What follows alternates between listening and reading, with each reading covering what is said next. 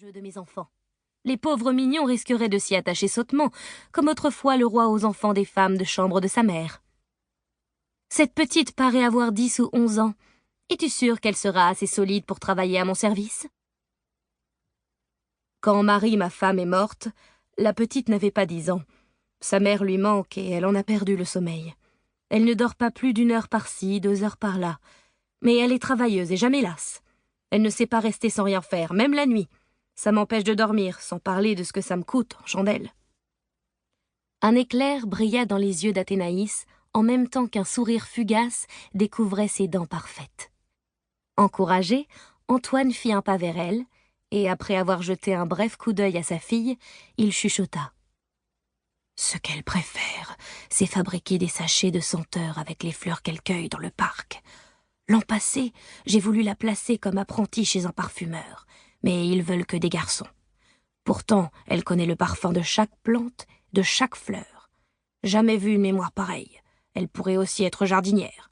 Mais ça pour sûr, c'est pas un métier de fille. Cet enfant, au beau regard sombre, doux et profond, déroutait la marquise.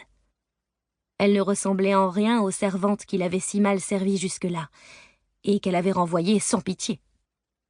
Un visage long et pâle, un nez droit mais sans finesse, des cheveux blonds mal coiffés sous un bonnet de grosse toile, et ce corps maigrelet, presque disgracieux, affublé d'une robe trop courte et de sabots un peu grands.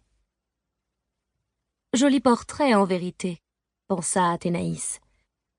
Malgré cela, elle ne pouvait rester insensible au charme indéfinissable qui émanait de cette petite personne.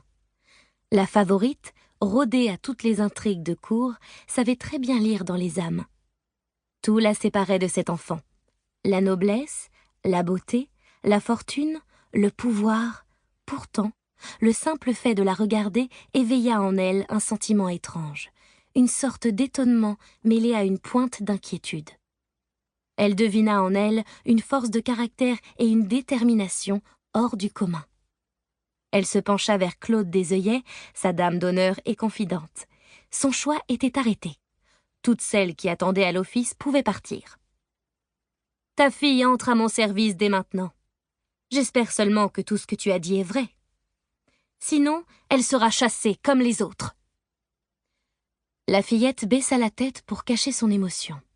Elle ne voulait pas quitter son père, et secrètement, elle avait souhaité que la marquise les renvoie. Ses yeux brillaient de larmes quand Antoine la serra dans ses bras pour lui dire au revoir. Marion suivit une servante dans les couloirs et les escaliers de service. Leurs pas résonnaient sur les tommettes qui sentaient bon la cire fraîche. Les petites chambres des domestiques se trouvaient sous les toits. On y logeait à 2. La pièce qu'on lui indiqua était déjà occupée, car des vêtements traînaient sur l'un des 2 lits. Une table minuscule était recouverte d'objets de toilette, d'assiettes sales et de miettes de pain. L'unique lucarne laissait voir un coin de ciel gris foncé et distillait une lumière avare. Tout l'étage sentait la poussière, l'humidité et les relents d'urine des pots de chambre qu'on n'avait pas encore vidés. C'est à ce moment-là que Marion vit une jeune fille arriver en courant. « Moi, c'est Lucie Cauchois. On va habiter ensemble à ce que je vois, » dit-elle en souriant. « Suis-moi, petite. Pour l'heure, la marquise te réclame au grand salon. » Avec une révérence maladroite, Antoine avait quitté les appartements de la Montespan. Sur le chemin de l'orangerie, il avait regardé le ciel et remis son chapeau chiffonné. L'orage allait éclater.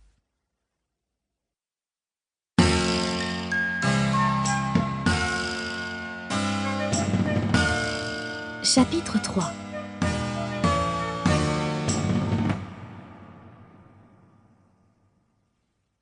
Depuis le matin, le tonnerre promenait ses roulements de tambour autour du château de Versailles.